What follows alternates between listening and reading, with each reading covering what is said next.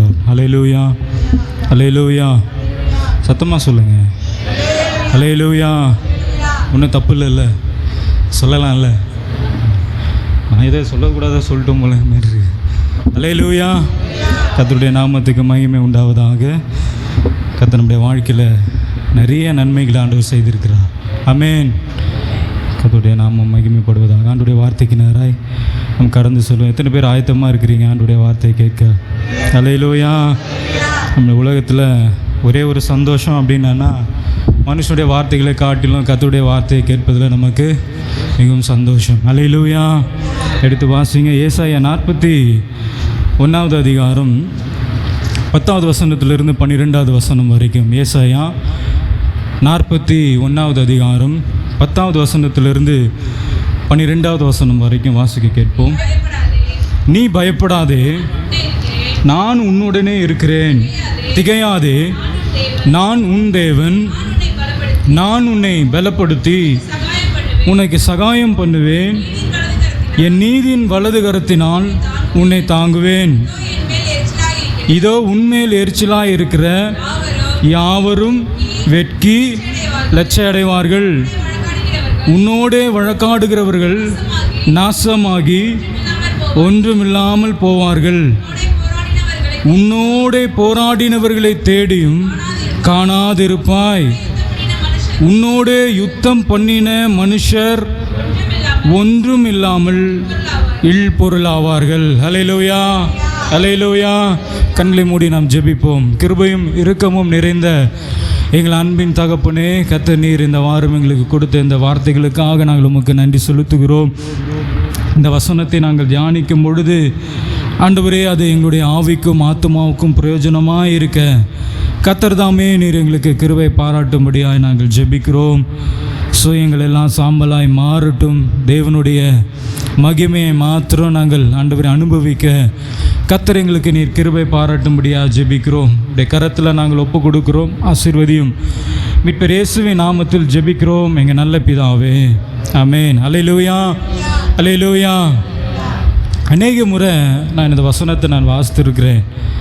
அநேக தடவை இந்த வசனம் நமக்கும் நன்றாக தெரிந்த ஒரு வசனம். அடிக்கடி நீ பயப்படாதே, நான் உனக்கு கூட இருக்கிறேன். திகையாதே, நான் உன் தேவன். நான் உன்னை பலப்படுத்தி உனக்கு சகாயம் பண்ணுவேன் அப்படின்ற அந்த வசனம் நமக்கு அடிக்கடி பரிச்சயமான ஒரு வசனம். அடிக்கடி நம்ம மனப்பாடமாக கேட்டால் யார் கேட்டாலும் நம்ம ஈஸியாக சொல்லக்கூடிய ஒரு வசனமாக இது காணப்படுகிறது. கடந்த நாட்களில் இந்த வசனத்தை தியானிக்கும் பொழுது ஆண்டவர் எவ்வளோ ஒரு நன்மையான காரியங்கள் நம்முடைய வாழ்க்கையில் செய்திருக்கிறார் என்பதை அது உணர தேவன் கிருபை பாராட்டினார். ஹல்லேலூயா. நல்லா கவனிங்க. ஒரு 4 விதமான மனுஷனுடைய காரியங்களிலிருந்து தேவன் நம்மை தப்புவிக்கிறவராக இருக்கிறார் என்பதை தான் இந்த வசனத்தில் நம்ம வாசிக்கிறோம். நீங்கள் 11வது வசனத்தையும் 12வது வசனத்தையும் வாசிக்கும் பொழுது வாசிங்க. இதோ உன்மேல் எரிச்சலாய் இருக்கிற. முதலாவது உன்மேல் எரிச்சலாய் இருக்கிற. உன்மேல் எரிச்சலாய் இருக்கிற. ரெண்டாவது உன்னோடே வழக்காடுகிறவர்கள். ரெண்டாவது உன்னோடே வழக்காடுகிறவர்கள். மூணாவது உன்னோடே போராடுகிறவர்கள். உன்னோடே போராடுவர்கள். நாலாவது உன்னோடே யுத்தம் பண்ணுகிறவர்கள். அல்லேலூயா. 4 விதமான ஜனங்களை ஆண்டவர் நமக்கு சொல்லுகிறார். நம்முடைய வாழ்க்கையில் இந்த 4 விதமான ஜனங்கள் நிச்சயமாக இருப்பார்கள். நம்முடைய வாழ்க்கையில், நம்மளுடைய குடும்பத்தில், இந்த சமுதாயத்தில் நமக்கு விரோதமாக எழும்புகிற இந்த 4 பிரிவு உள்ள ஜனங்கள் நம்முடைய வாழ்க்கையில் நிச்சயமாய் இருப்பார்கள். முதலாவது எரிச்சல் அடைகிறவர்கள், நம்மை பார்த்து எரிச்சல் அடைகிறவர்கள். ரெண்டாவது நம்மோடு கூட வழக்காடுகிறவர்கள். எதுக்கெடுத்தாலும் என்ன செய்வாங்க? வழக்காடுவார்கள், எரிச்சல் அடைவார்கள். எது செய்தாலும் எரிச்சலாக இருக்கும், எது பண்ணாலும் எரிச்சலாக இருக்கும். நம்ம நல்லா இருக்கிறதே அவர்களுக்கு எப்படி இருக்குமா? எரிச்சலாக இருக்கும். அப்படிப்பட்ட ஜனங்கள். இன்னொரு கூட்ட ஜனங்கள் நம்மோடு கூட வழக்காடுகிறவர்கள்.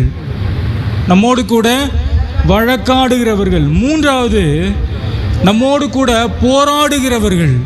போராடிக்கிட்டே இருப்பாங்க, நம்மோடு கூட போராடிக்கிட்டே இருப்பாங்க. 4வது யுத்தம் பண்ணுகிறவர்கள். இந்த 4 விதமான 4 கூட்டத்தாருடைய மத்தியில் தான் நம்ம வாழ்ந்து கொண்டிருக்கிறோம். இந்த 4 விதமான ஜனங்கள்கிட்ட ஆண்டவர் என்ன சொல்கிறார் அப்படின்னு சொன்னால் 10வது வசனத்தில், நீ பயப்படாதே திகையாதே. 2 காரியத்தை ஆண்டவர் சொல்கிறார். நீ பயப்படாதே, உனக்கு விரோதமாக இந்த 4 விதமான கூட்டத்தார்கள் இருக்கிறாங்க. உனக்கு விரோதமாக எரிச்சல் அடைகிறவர்கள் இருக்கிறாங்க, உனக்கு விரோதமாக வழக்காடுகிறவர்கள் இருக்கிறாங்க, உனக்கு விரோதமாக போராடுகிறவர்கள் இருக்கிறாங்க, உனக்கு விரோதமாக யுத்தம் பண்ணுகிறவர்கள் இருக்கிறாங்க. ஆனாலும் நீ என்ன செய்யாத, பயப்படாத. அல்லேலூயா. ராமேனே வரமாட்டேது. ஆண்டவர் சொல்றாரு, இந்த கூட்டத்தினுடைய மத்தியில் தான் நீ வாழ்ந்து கொண்டிருக்கிற, ஆனாலும் நீ என்ன செய்யாத, பயப்படாத, திகையாத. ஏன் பயப்படாத, ஏன் திகையாதன்னா ஒரு 3 காரியத்தை சொல்றாரு. நான் உன்னை பலப்படுத்துவேன், உனக்கு சகாயம் பண்ணுவேன், உன்னை தாங்குவேன். அடுத்த வசனத்தை வாசிங்க பாருங்களேன். தொடர்ந்து அந்த 10வது வசனத்தை வாசிங்க. நீ பயப்படாதே, நான் உன்னுடனே இருக்கிறேன், திகையாது, நான் உன் தேவன். ஏன் பயப்படக்கூடாது, ஏன் திகைக்க கூடாதுன்னா, நான் உன்னை பலப்படுத்தி. முதல்ல ஆண்டவர் சொல்றாரு, நீ பயப்படக்கூடாது, நீ திகைக்க கூடாது, நான் உன்னோடு கூட இருக்கிறேன். நீ ஏன் பயப்படக்கூடாது, நீ ஏன் திகைக்க கூடாது அப்படின்னு சொன்னால், நான் உன்னை என்ன படுத்த போகிறேன்னா, உன்னை நான் பலப்படுத்த போகிறேன். உன்னை நான் பலப்படுத்தி உனக்கு சகாயம் பண்ணுவேன். சகாயம்னா என்னது? உதவி செய்வேன். நான் உனக்கு சகாயம் பண்ணுவேன். என் நீதியின் வலது கரத்தினால் உன்னை தாங்குவேன். ஒரு 4 விதமான கூட்டத்தார் மத்தியில் நீங்கள் வாழ்ந்து கொண்டிருக்கிறீங்க. அவர்களுக்கு முன்பதாக நீங்கள் பயப்படக்கூடாது, நீங்கள் திகைக்கக்கூடாது. ஏன் பயப்படக்கூடாது, ஏன் திகைக்கக்கூடாதுன்னா, நான் உன்னை பலப்படுத்தி உன்னை சகாயம் பண்ணுவேன். என் நீதியின் வலது கரத்தினால நான் உன்னை தாங்குவேன். அல்லேலூயா, அல்லேலூயா, அல்லேலூயா. நம்முடைய வாழ்க்கையில் இந்த 4 விதமான ஜனங்களை கண்டிப்பாக சந்தித்து இருப்போம். நம்மோடு கூட எரிச்சலாக இருக்கிறவர்கள், நம்மை பார்த்து எரிச்சலாக இருக்கிறவர்கள், நம்மோடு கூட வழக்காடுகிறவர்கள், நம்மோடு கூட போராடுகிறவர்கள், நம்மோடு கூட யுத்தம் பண்ணுகிறவர்கள். இந்த 4 விதமான ஜனத்தை நிச்சயமாக நம்முடைய வாழ்க்கையில் நம்ம சந்தித்திருப்போம். இவைகள் எல்லாவற்றிலும் இருந்து தேவன் நம்மை பாதுகாக்க நம்முடைய தேவன் வல்லமை உள்ளவராக இருக்கிறார். அல்லேலூயா. நீங்கள் வேதாகமத்தில் வாசிக்கும் பொழுது அநேக பரிசுத்தவான்கள் இந்த போராட்டத்தின் வழியாய் நடந்து சென்றார்கள், இந்த எரிச்சலின் வழியாய் நடந்து சென்றார்கள், வழக்காடுகிற சூழ்நிலையில் நடந்து சென்றார்கள், யுத்தம் பண்ணுகிற ஒரு சூழ்நிலையில் நடந்து சென்றார்கள். பொதுவாக நீங்கள் இந்த யாக்கோபுடைய வாழ்க்கையில் பார்க்கும் பொழுது கூட, அவன் யாரோடு கூட அதிகமாய் போராடினான் என்று சொன்னால் தேவனோடு கூட போராடினான், மனுஷனோடு கூட போராடினான். ஆனால் தேவனோடு போராடுகிறதை பற்றி இந்த இடத்துல வசனம் சொல்லலை, மனுஷனோடு கூட போராடுகிறதை குறித்து இந்த இடத்துல நம்ம வாசிக்கிறோம்.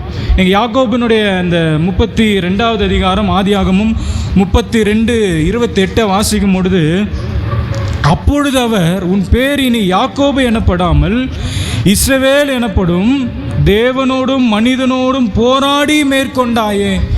தேவனோடு மாத்திரம் அவருக்கு போராட்டம் அல்ல, மனிதனோடும் அவர் போராடி கொண்டிருந்தார். அல்லேலூயா. மனிதனோடும் போராடி கொண்டிருந்தார். இந்த போராட்டம் எப்பொழுது அவருடைய வாழ்க்கையில் தொடங்குகிறது என்று சொன்னால், நீங்கள் ஓசியா 12வது அதிகாரம் 3வது வசனத்தில், அவன் தாயின் கர்ப்பத்திலே தன் சகோதரனுடைய குதிங்காலை பிடித்தான், தன் பலத்தினால் தேவனோடு போராடினான். எங்கிருந்து அவருடைய போராட்டம் தொடங்குகிறது என்று சொன்னால், தாயினுடைய கர்ப்பத்திலிருந்தே அவருடைய போராட்டம் தொடங்குகிறது. அல்லேலூயா. இந்த உலகத்தில் எல்லாருமே இந்த போராட்டத்தின் வழியாக தான் நடந்து கொண்டிருக்கிறோம், இந்த வழக்காடுகிற வழியாக தான் நடந்து கொண்டிருக்கிறோம், யுத்தத்தின் வழியாக தான் நடந்து கொண்டிருக்கிறோம், மற்றவர்களுக்கு எரிச்சல் படுகிற ஒரு சூழலில் தான் நம்ம நடந்து கொண்டிருக்கிறோம்.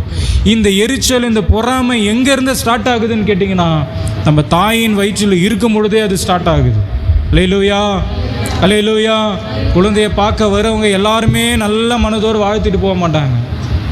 இல்லை என் குழந்தை இப்படி இல்லையே, கொஞ்சம் வெள்ளையாக கொஞ்சம் கலராக நல்லா கொஞ்சம் அழகாக பிறந்துட்டா உடனே என்ன செய்வோம், ஏதாவது ஒன்று கண் வச்சுட்டு வந்துடும். இவ்வளோ பெரிய பொட்டு வேறு வைப்பாங்கள்ல குழந்தைக்கு, ஏன் பொட்டு வைக்கிறாங்க அப்படின்னா என்னது? குழந்தை பிறந்துடுச்சு, குழந்தை பிறக்குது இல்லையா, பிறந்த உடனே இந்த இடத்துல கருப்பு கலர் இங்கே வைப்பாங்க. எதுக்கு வைக்கிறாங்க? கண்ணு பற்றக்கூடாது. பாருங்கள் நம்ம கண்ணை நம்மளை எப்படி நினச்சிட்டு இருக்காங்க பாருங்கள். குழந்தைய நல்லா இருக்குதுன்னு பார்க்க தான் போகிறோம், ஆனால் அது நல்லா இருக்குதுன்னு சொல்லி எங்கே கண்ணு வச்சிட போகிறாங்களோ என்ன பண்ணியிருக்கிறாங்க. அப்படிப்பட்டதான கண்ணு தான் நமக்கு ஆண்டு என்ன பண்ணியிருக்கிறாரு, கொடுத்துருக்கிறாரு. அப்படிப்பட்ட கண்ணு தான் நம்மளும் என்ன பண்ணிகிட்ருக்கோம், வைத்து கொண்டிருக்கிறோம். இல்லையிலோயா?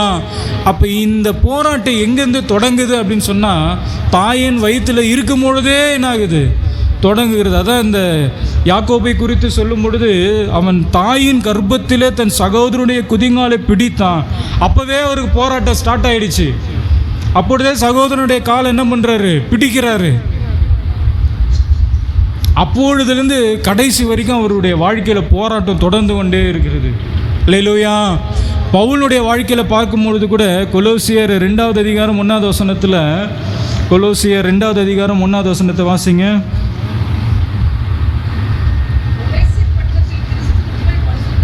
கொலோசியர் 2வது அதிகாரம் 1வது வசனம்.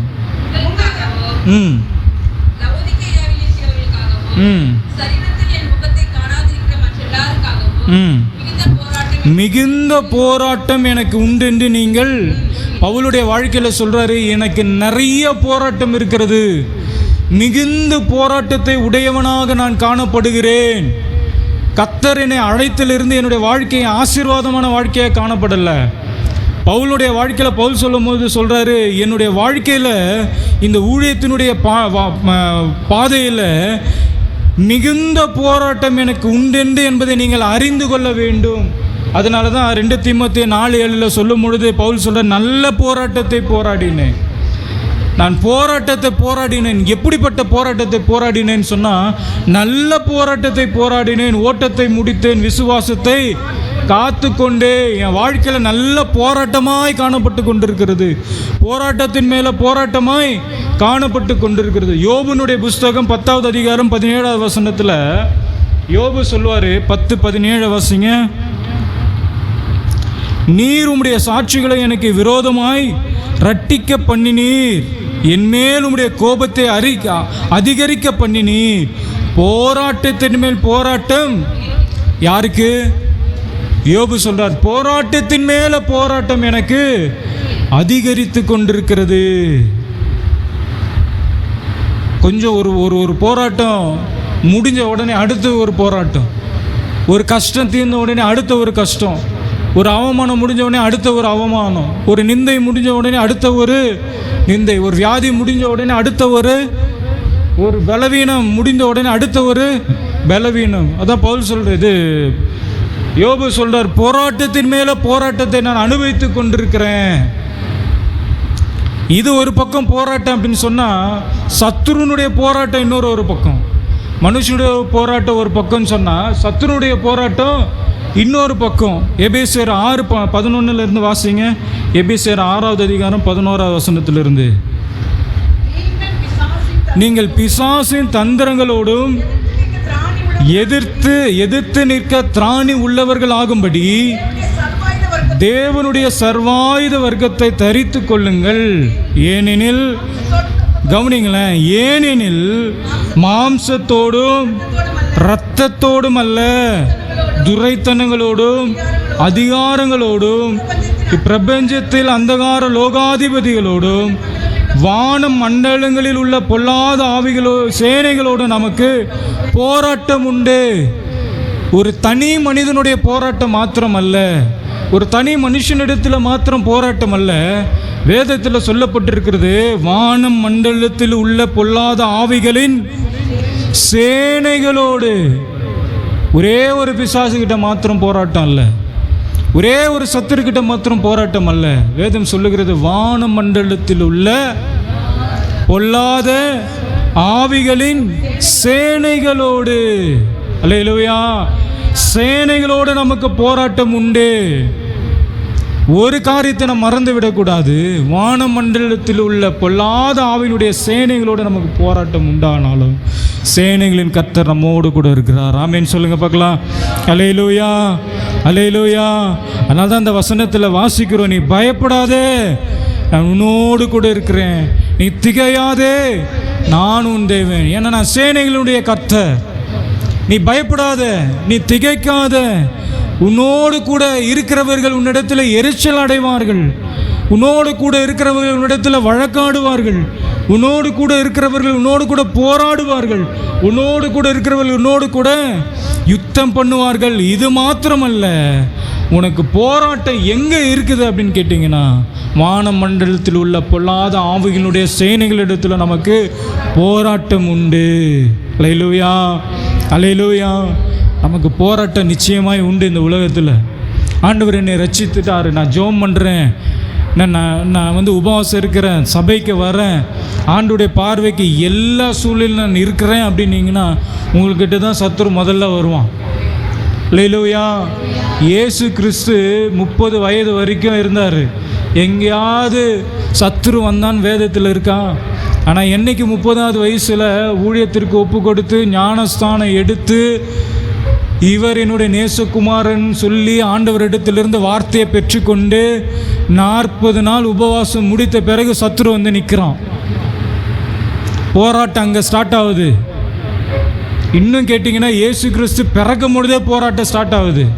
இருக்கிற ஆண் பிள்ளைங்களை எல்லாம் கொன்னுடுங்க, யாரும் உயிரோடு இருக்கக்கூடாது. அங்கேருந்து போராட்டம் மரண சிலுவை வரைக்கும் போராடி கொண்டு இருக்கிறான். அல்லேலூயா. இதை தான் ஆண்டவர் நமக்கும் சொல்கிறார். உங்களுக்கு போராட்டம் இருக்குதான், ஆனாலும் நான் உங்களோடு கூட இருக்கிறேன், பயப்படாதீங்க, திகையாதீங்க. நான் 3 காரியத்தை செய்வேன். என்னென்னா, உன்னை நான் பலப்படுத்துவேன், உனக்கு சகாயம் பண்ணுவேன், என் நீதியின் வலது கருத்தினால உன்னை தாங்குவேன். அல்லேலூயா, அல்லேலூயா. நான் சொல்லுவேன், இந்த உலகத்தில் நம்மளை யாரும் நிம்மதியாக இருக்கவே விட மாட்டாங்க. நம்மளை சந்தோஷமாக இருக்க யாருமே விட மாட்டாங்க. சந்தோஷமாக இருந்தாலே எரிச்சல் இருக்குந்தான், சந்தோஷமாக இருந்தாலே பொறாமை இருக்குந்தான், சந்தோஷமாக நல்லதாக ஒரு காரியத்தை செய்தாலும் ஒரு வாக்குவாதம் வரதான் செய்யும். நம்மோடு கூட யுத்தம் பண்ண வருவாங்க தான். ஒன்றுமே இல்லை. எதுக்கு தான் சண்டை போடுறாங்கன்னு தெரியல, எதுக்கு தான் மூஞ்சி தூக்கி வச்சுக்கிறாங்கன்னு தெரியாது, எதுக்கு தான் நம்மளை அவமானப்படுத்துகிறாங்க, எதுக்கு தான் கஷ்டப்படுத்துகிறாங்கன்னு தெரில. இது எல்லாவற்றையும் நம்ம அனுபவித்து கொண்டே தான் நம்ம இருக்கிறோம். அதனால தான் ஆண்டவர் சொல்கிறாரு, நீ பயப்படாத, இதெல்லாம் உன் வாழ்க்கையில் வரும், இந்த கஷ்டம்லாம் வரும் தான், இந்த சூழ்நிலைகள் எல்லாம் உங்களுடைய வாழ்க்கையில் வரும் தான். ஆனாலும் நீங்கள் என்ன செய்யக்கூடாது, பயப்படக்கூடாது. நமக்கு திடீர்னு ஒரு போராட்டம் வரும் பொழுது நம்ம பயந்துருவோம், நம்ம திகைத்து போய்விடுவோம், என்ன செய்வோன்னு நமக்கு தெரியாது. திடீர்னு ஒரு பலவீனம் வந்துருச்சுன்னா என்ன செய்கிறதுன்னு தெரியாது. திடீர்னு ஒரு கஷ்டம் வந்துருச்சுன்னா என்ன செய்கிறதுன்னு தெரியாது. சத்துரு எல்லாத்தையும் திடீர்னு தான் கொண்டுட்டு வருவான். சத்துரு திடீர்னு தான் என்ன பண்ணுவான், கொண்டு. யோபனுடைய வாழ்க்கையில் அப்படி தான் நடந்துச்சு. திடீர்னு வந்துச்சு. ஜெபம் பண்ணிட்டு எழுந்து வராரு, உடனே ஒரு வேலைக்காரன் வந்து சொல்கிறான், திடீர்னு உன் ஆடு மாடெல்லாம் செத்துச்சு, உன் இதெல்லாம் போயிடுச்சு, அவ்வளோதான். கடைசியாக உன் பிள்ளைகள் எல்லாம் செத்து போயிட்டாங்க, அவ்வளோதான். போராட்டம் அவருடைய வாழ்க்கையில் காணப்படுது. ஆனால் ஒரே ஒரு விஷயம், இந்த யோபனுடைய வாழ்க்கையில் அவன் நிச்சயித்திருந்த ஒரு விஷயம் என்னென்னா, கர்த்தர் என்னோடு கூட இருக்கிறார் என்பதை.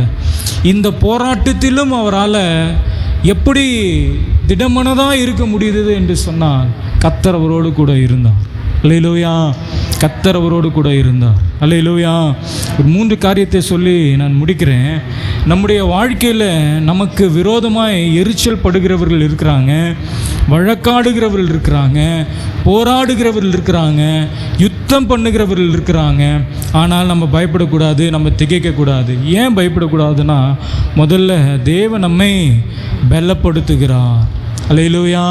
கர்த்தர் என்னை பலப்படுத்துகிறவராக இருக்கிறார். பிலிப்பியர் 4:13 வாசிக்கும் பொழுது பவுல் சொல்வார், என்னை பலப்படுத்துகிற கிறிஸ்துவினாலே எல்லாவற்றையும் செய்ய எனக்கு பலன் உண்டு. என்னை கர்த்தர் பலப்படுத்துகிறாரு. இவைகளை கண்டு நான் துவண்டு விடாதபடிக்கு, இவைகளை கண்டு நான் அஞ்சி விடாதபடிக்கு தேவன் என்னை பலப்படுத்துகிறார். சில சூழ்நிலைகள், சில எரிச்சல்கள், சில போராட்டங்கள், அவமானங்கள், நிந்தைகள் வருகிற பொழுது பலவீனமாய் உட்கார்ந்துருவோம். பலவீனமாய் காணப்படும். ஆவியில் பலவீனங்கள் வரும், சரீரத்தில் பலவீனங்கள் வரும். பவுல் சொல்றார், கர்த்தர் என்னை பலப்படுத்துகிறார். ஆண்டவர் என்ன, நீங்கள் போடுற மாத்திரை பலப்படுத்தாது, நீங்கள் குடிக்கிற டானிக்கு உங்களை பலப்படுத்தாது, நீங்கள் சாப்பிட்ற ஆகாரம் உங்களை, இன்றைக்கெல்லாம் ஆகாரம் எடுத்துட்டிங்கன்னா எல்லாமே டூப்ளிகேட்டு. எது எதெல்லாம் நல்லதுன்னு சொன்னாங்களோ அதெல்லாம் இப்போ தீமையாக காணப்படுகிறது. எல்லாமே கலப்படம். இதில் பலன் இல்லை. தேவன் நமக்கு என்ன செய்வார்? பலனை தருகிறார். சகரியா 10வது அதிகாரம் 11-12 வாசிங்க. சகரியா 10வது அதிகாரம் 11-12.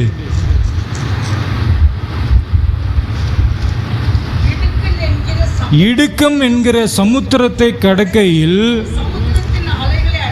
நல்ல அந்த வசனத்தை கவனிங்களேன். இடுக்கம் என்கிற சமுத்திரத்தை கடக்கையில் அவர் சமுத்திரத்தின் அலைகளை அடிப்பார், அப்பொழுது நதியின் ஆழங்கள் எல்லாம் வறண்டு போகும், அசிரியாவின் கர்வம் தாழ்த்தப்படும், எகிப்தின் கொடுங்கோல் விலகி போகும். நான் அவர்களை கர்த்தருக்குள் பலப்படுத்துவேன். ஆண்டவர் சொல்றாரு, நான் அவர்களை கர்த்தருக்குள் பலப்படுத்துவேன், அவர்கள் அவருடைய நாமத்திலே நடந்து கொள்வார்கள் என்று கர்த்தர் சொல்லுகிறார். கொடுங்கோல்கள் விலகி போகும், சமுத்திரத்தின் வட்டாந்தரையை கடக்க பண்ணுவேன். அலைகள் வந்து அடிக்கும், போராட்டங்கள் வரும், தாழ்த்தப்படுவார்கள், எகிப்தினுடைய கொடுங்கோல் விலகி போகும். ஆனாலும் அவர்களுக்கு நான் என்ன செய்வேன்னா, அவர்களை கர்த்தருக்குள் நான் பலப்படுத்துவேன். இன்னைக்கு வரைக்கும் ஆண்டவர் நமக்கு ஜீவனை கொடுத்த பலனோடு ஓட செய்திருக்கிறாருன்னா அவர் நமக்கு கொடுத்திருக்கிற பலன் தான். அல்லேலூயா, ஆமென் சொல்லுங்க. அல்லேலூயா. கர்த்தருக்குள் பலப்படுத்துவே, அவர்கள் அவருடைய நாமத்திலே நடந்து கொள்வார்கள் என்று கர்த்தர் சொல்கிறார். இம்மட்டுமாய் ஆண்டவர் நம்மை நடத்தி வந்தார். இம்மட்டுமாய் நம்முடைய வாழ்க்கையில் இந்த வயசு வரைக்கும் ஓட தேவன் நமக்கு கிருபை பாராட்டுகிறார் என்று சொன்னால் நான் சொல்லுவேன், கர்த்தருடைய பலன் மாத்திரம்தான். அல்லேலூயா. இந்த எரிச்சல், பொறாமை, போட்டி, வைராக்கியம், போராட்டங்கள், இந்த யுத்தங்கள், இது எல்லாவற்றையும் கண்டும் நம்ம பலத்தோடு நம்ம நிற்கிறோம் என்று சொன்னால் தேவன் நமக்கு கொடுத்திருக்கிற பலன். அல்லேலூயா. 6வது வசனத்தை வாசிங்க. 6வது வசனம் 10:6. சகரியா 10:6.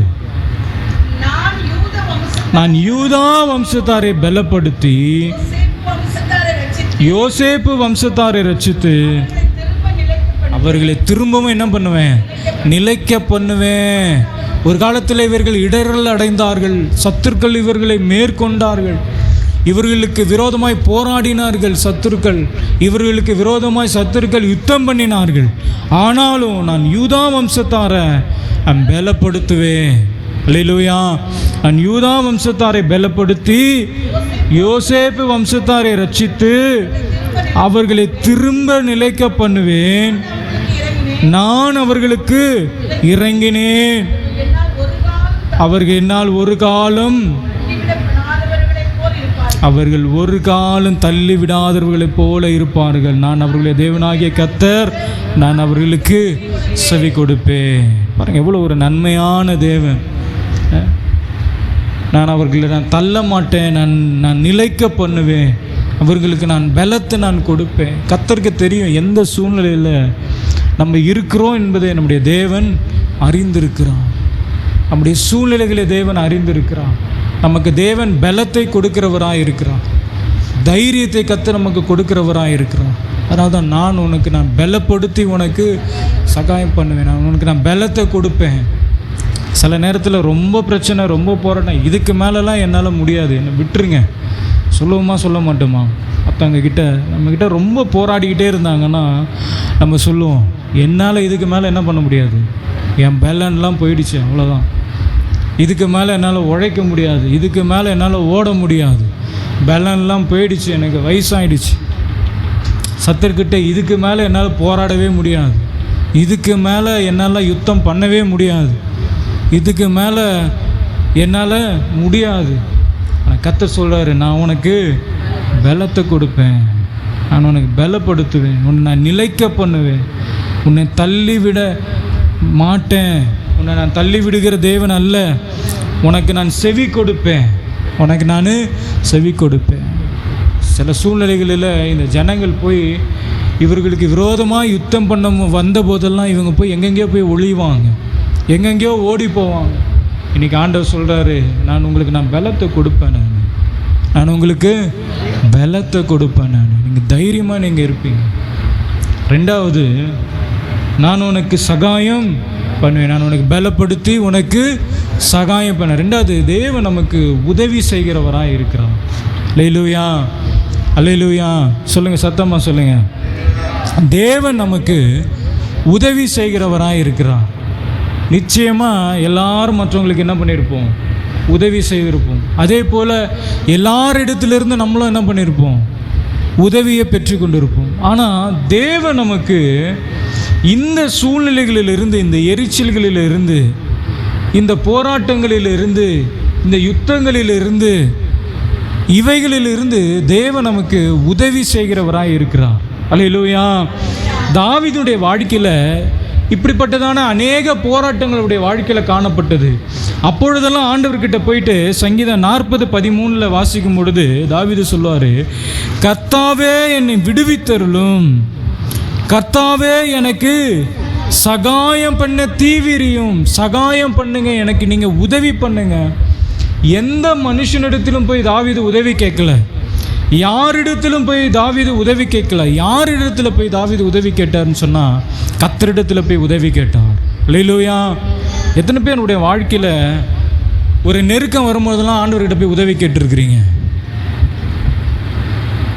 கர்த்தர்கிட்ட போய் எத்தனை பேர் உதவி கேட்டுருக்கிறீங்க? நிறைய பேர் போய்ட்டு மற்றவங்ககிட்ட உதவி கேட்போம். நான் சொல்கிறது ஆவிக்குரிய போராட்டங்கள் வருகிற பொழுது, ஆவிக்குரிய இந்த பிரச்சனைகளெல்லாம் வருகிற பொழுது, மற்ற எரிச்சல் அடைகிற பொழுது, வழக்காடுகிற பொழுது, போராட்டம் பண்ணுகிற பொழுது, யுத்தங்கள் வருகிற பொழுது, சத்துருவானவன் நமக்கு விரோதமாக எழும்புகிற பொழுதெல்லாம் நம்ம போய் ஏதாவது ஒரு தீர்க்கதரிசி கிடைப்பாங்களா, யாராவது பிசாசு ஓட்டுறவங்க கிடைப்பாங்களா, யாராவது எனக்காக ஜோம் பண்ணுறவங்க கிடைப்பாங்களான்னு சொல்லி மனுஷனை போய் நம்ம என்ன செய்து கொண்டிருக்கிறோம்? தேடிக்கொண்டிருக்கிறோம். ஆனால் தாவீது எங்கே போனாருன்னு கேட்டிங்கன்னா, நேராக கர்த்தர்கிட்ட போய் உட்கார்றாரு. எனக்கு சகாயம் செய்ய தீவிரியும், எனக்கு உதவி செய்யுங்க, எனக்கு ஒத்தாசை அனுப்புங்க. அதான் சொல்கிறேன், எனக்கு ஒத்தாசை வரும் பர்வதங்களுக்கு நேராக என் கண்கள் ஒரு உதவி தேடி போகுமானால் அது உம்மை நோக்கி மாத்திரம்தான். அல்லேலூயா. உடனே ஃபோனை எடுத்து யார் நமக்கு உதவி செய்வா? நம்பரை என்ன பண்ணிகிட்டு இருப்போம்? தேடிட்டு இருப்போம். வாட்ஸ்அப்பில் தேடிட்டு இருப்போம், ஃபோன் புக்கில் தேடிட்டு இருப்போம். யார் நமக்கு உதவி பண்ணுவா? யார் நமக்கு ஒத்தாசை பண்ணுவா? யார்கிட்ட கேட்கலாம்? யார்கிட்ட நம்ம உதவிக்கு போகலாம்? யார்கிட்ட நம்முடைய பிரச்சனையை சொல்லலாம்? தாவீதுடைய வாழ்க்கையில் எல்லா சூழ்நிலைகளிலும் தேவனை தேடுகிறவராய் காணப்பட்டார். அதனால தான் சொல்கிறார், கர்த்தர் நீர் எனக்கு சகாயம் பண்ணுங்க, எனக்கு ஒத்தாசை வரும் பர்வதங்களுக்கு நேராக என் கண்களை நான் ஏறெடுக்கிறேன். நீங்கள் யோபுனுடைய புஸ்தகத்தில் கூட 6வது அதிகாரம் 13வது வசனத்தை வாசிங்க. யோபு 6வது அதிகாரம் 13வது வசனத்தில் யோபு சொல்லுவார், எனக்கு உதவியானது ஒன்றுமில்லை அல்லவோ, சகாயம் என்னை விட்டு போயிடுச்சு. எனக்கு உதவி செய்கிறதுக்கு யாருமே இல்லை. அன்றைக்கி எல்லாரும் இருந்தாங்க, அன்றைக்கி எல்லாரும் எனக்கு உதவி செய்ய இருந்தார்கள். சகாயம் என்னை விட்டு நீங்கிட்டு, எனக்கு உதவி செய்கிற தேவன் என்னை விட்டு போயிட்டாரோ, எனக்கு உதவி செய்கிற தேவன் என்னை விட்டு போயிட்டாரோ. யோபு சொல்கிறார் பாருங்க, அந்த சூழ்நிலை எனக்கு உதவி செய்கிறதுக்கு யாருமே இல்லை. யோபுனுடைய கடைசி வரைக்கும் கர்த்தரை மாத்திரம் நோக்கி பார்த்து கொண்டிருந்தார். அல்லேலூயா. அவர்களுடைய யோபுனுடைய நண்பர்கள் யோபுவை பார்க்க வந்தாங்க இல்லையா, அவங்கக்கிட்ட கூட அவன் உதவி கேட்கல. யோபுவின் புஸ்தகத்தில் எங்கேயாவது இருக்கிறா? அவருடைய நண்பர்களிடத்தில் யோபு உதவிகளை கேட்டார். இன்றைக்கி நம்ம நண்பர்கள்கிட்ட உதவி கேட்குற மாதிரி யோபுவை பார்க்க வந்த யோபு அவர்கள்கிட்ட உதவி கேட்டாரா? இல்லை, கேட்கல. ஏன்னா கடைசி வரைக்கும் கர்த்தரையே சார்ந்திருந்தார். அதனால தான் இழந்து போன எல்லாவற்றையும் தேவன், ஒருவேளை அவர்களுடைய நண்பரிடத்தில் உதவி கேட்டிருந்தாருன்னா ஏதோ அவங்களால முடிந்ததை என்ன பண்ணியிருப்பாங்க, செய்துட்டு போயிருப்பாங்க. ஆனால் கர்த்தர் மேலேயே அவர் சார்ந்து இருந்தபடினால தான் இழந்த எல்லாவற்றையும் தேவன் அவருக்கு இரட்டத்தனையாக கொடுக்கிறார். ஓசியா 13வது அதிகாரம் 9வது வசனத்தில் வாசிக்கும் பொழுது, ஓசியா 13:9 வாசிங்க. இஸ்ரவேலே, நீ உனக்கு கேடு உண்டாக்கி கொண்டாய். பாருங்களேன், ஆண்டவர் சொல்றாரு, ஆனாலும் என்னிடத்தில் உனக்கு சகாயம் உண்டு. நீ உனக்கு கேடு உண்டாக்கி கொண்டாய். நீயே உன்னை நாசம் பண்ணிட்ட, நீயே உன்னை கெடுத்துட்ட, நீயே உன்னை வீணாக்கிக்கிட்ட. ஆனாலும் என்னிடத்தில் உனக்கு சகாயம் உண்டு, என்னிடத்தில் உனக்கு சகாயம் உண்டு. ஆண்டவர் சொல்ல, என்கிட்ட உனக்கு உதவி இருக்குது, நான் உனக்கு உதவி செய்கிறேன், நான் உனக்கு ஒத்தாசை அனுப்புகிறேன், உனக்கு வேண்டிய எல்லாவற்றையும் நான் உனக்கு தருகிறேன். அதனால தான் ஒரு வசனம் சொல்லுது இல்லையா, பொல்லாதவர்களாகிய நீங்கள், சத்தமாக சொல்லுங்கள், பொல்லாதவர்களாகிய நீங்கள் உங்கள் பிள்ளைக்கு நல்ல ஈவுகளை கொடுக்க அறிந்திருக்கும் பொழுது, அவ்வளோதானே, பொல்லாதவர்களாகிய நீங்கள் உங்கள் பிள்ளைகளுக்கு நல்ல ஈவை கொடுக்க அறிந்திருக்கும் பொழுது கொடுப்பது அதிக ஈவுன்னா என்னது? நான் எங்கே என் பிள்ளைக்கு ஈவு கொடுத்தேன் நான் சொல்கிறதுக்குன்றீங்களா? ஈவுன்னா என்னது? நல்ல காரியங்கள், படிக்க வைக்கிறீங்களா பிள்ளைங்கள, நல்ல ட்ரெஸ்ஸு வாங்கி கொடுக்குறீங்கள, கேட்டது எல்லாம் வாங்கி தரீங்கள, ஏதோ நல்லதாக செய்கிறீங்கள. என்னது இன்னொரு வசனம் கொடுத்த, மீனை கேட்டால் பாம்பை கொடுப்பானோ அதெல்லாம் இருக்குல்ல, அதையே கொடுப்பீங்க பிள்ளைக்கு? அதெல்லாம் இல்லைல்ல, நல்லது தானே செய்வீங்க. உங்கள் பிள்ளைக்கு நீங்கள் நல்லதை செய்யும் பொழுது பரலோகத்தில் இருக்கிற பிதா உங்களுக்கு நன்மையாக அதிக நிச்சயம் அல்லவா கர்த்தர் செய்வார். ஆமேனே வரல, கர்த்தர் செய்வார். நம்ம அப்பா அம்மா நமக்கு நல்ல ஈவை கொடுக்க அறிந்திருக்கும் பொழுது நம்முடைய தேவன் அதை காட்டில நன்மையானவைகளை கொடுக்க அவர் வல்லமை உள்ளவர். அல்லேலூயா. அதனால தான் சொல்கிறாரு, நீ பயப்படாத, நீ திகையாத, நானும் தேவன், நான் உனக்கு முதல்ல பலப்படுத்துவேன், ரெண்டாவது சகாயம் பண்ணுவேன், மூணாவது உன்னை தாங்குவேன். உன்னை நான் என்ன பண்ணுவேன்? தாங்குவேன். இந்த உலகத்தில் சில நேரத்தில் நம்மளை என்ன பண்ணுவாங்க, சில பேர் என்ன பண்ணுவாங்க, தாங்குன்னு தாங்குவாங்க. நம்ம என்ன தாங்குன்னு தாங்குறான் பார் அப்படின்னு சொல்லுவோம் இல்லையா, தாங்குவாங்க. எவ்வளோ நாளைக்கு தாங்குவாங்க? எவ்வளோ நாளைக்கு தாங்குவாங்க?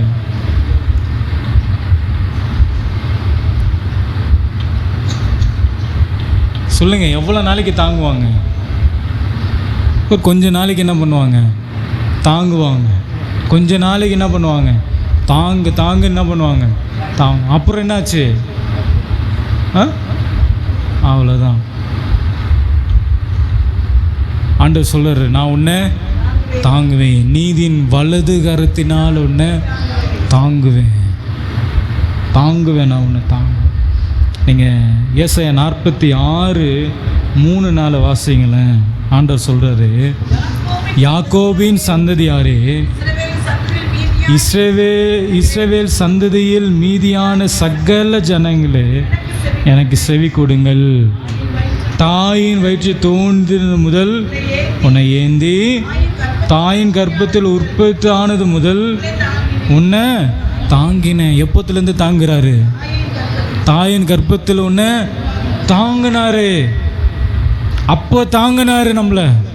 எது வரைக்கும் தாங்குறாரு? அடுத்த வசனத்தில், உங்கள் முதிர் வயது வரைக்கும் நான் அப்படி செய்வேன். சாகிற வரைக்கும், முதிர் வயது வரைக்கும் நான் உங்களை தாங்குவேன். நர வயது மட்டும் உங்களை தாங்குவேன். நான் அப்படி செய்து வந்தேன். ஏந்துவேன், சுமப்பேன், தப்புவிப்பேன். அல்லேலூயா. சத்தமாக சொல்லுங்கள், ஹல்லேலூயா, ஹல்லேலூயா. இது கண்டிப்பாக எல்லாரும் சொல்லியிருப்பாங்க, பிள்ளைங்கள்லாம் சொல்லியிருப்பாங்க அப்பா அம்மா கிட்ட, நான் பார்த்துக்கிறேம்மா உன்னை, நான் பார்த்துக்கிறேன்ப்பா உன்னை. எவ்வளோ நாளைக்கு பார்ப்பாங்க? எவ்வளோ நாளைக்கு பார்ப்பாங்க? கொஞ்ச நாளைக்கு பார்ப்பாங்க, அவ்வளோதான். நான் ஆண்டவர் சொல்கிறாரு, நர வயது வரைக்கும் நான் என்ன செய்வேன், நான் தாங்குவேன். இஸ்ரவேல் ஜனங்களை குறித்து ஆண்டவர் சொல்லும் பொழுது அவர்களை இந்த 40 வருஷம் தோளில் மேலே சுமந்து கொண்டு போனார்ன்னு இருக்கு. தோளில் மேலே ஆண்டவர் சுமந்து கொண்டு போகிறாரு. போட்டுட்டு இருந்த செருப்பு தேயலை, ட்ரெஸ்ஸு கிழியலை, வேண்டியது எல்லாவற்றையும் கர்த்தர் கொடுத்தார். ஏன்னா கர்த்தர் அவர்களை தாங்கினார், கர்த்தர் அவர்களை ஏந்தினார், சுமந்தார், தப்புவித்தார், எல்லாவற்றையும் கர்த்தர் செய்தார். அதனால தான் இந்த வசனத்தில் நம்ம வாசிக்கிறோம், இந்த ஏசாயா 41:10, நீ பயப்படாதே, நான் உன்னோடு கூட இருக்கிறேன், திகையாதே, நான் உன் தேவன், அவனை பலப்படுத்தி உன்னை சகாயம் பண்ணுவேன், என் நீதியின் வலது கரத்தினால் உன்னை தாங்குவேன்.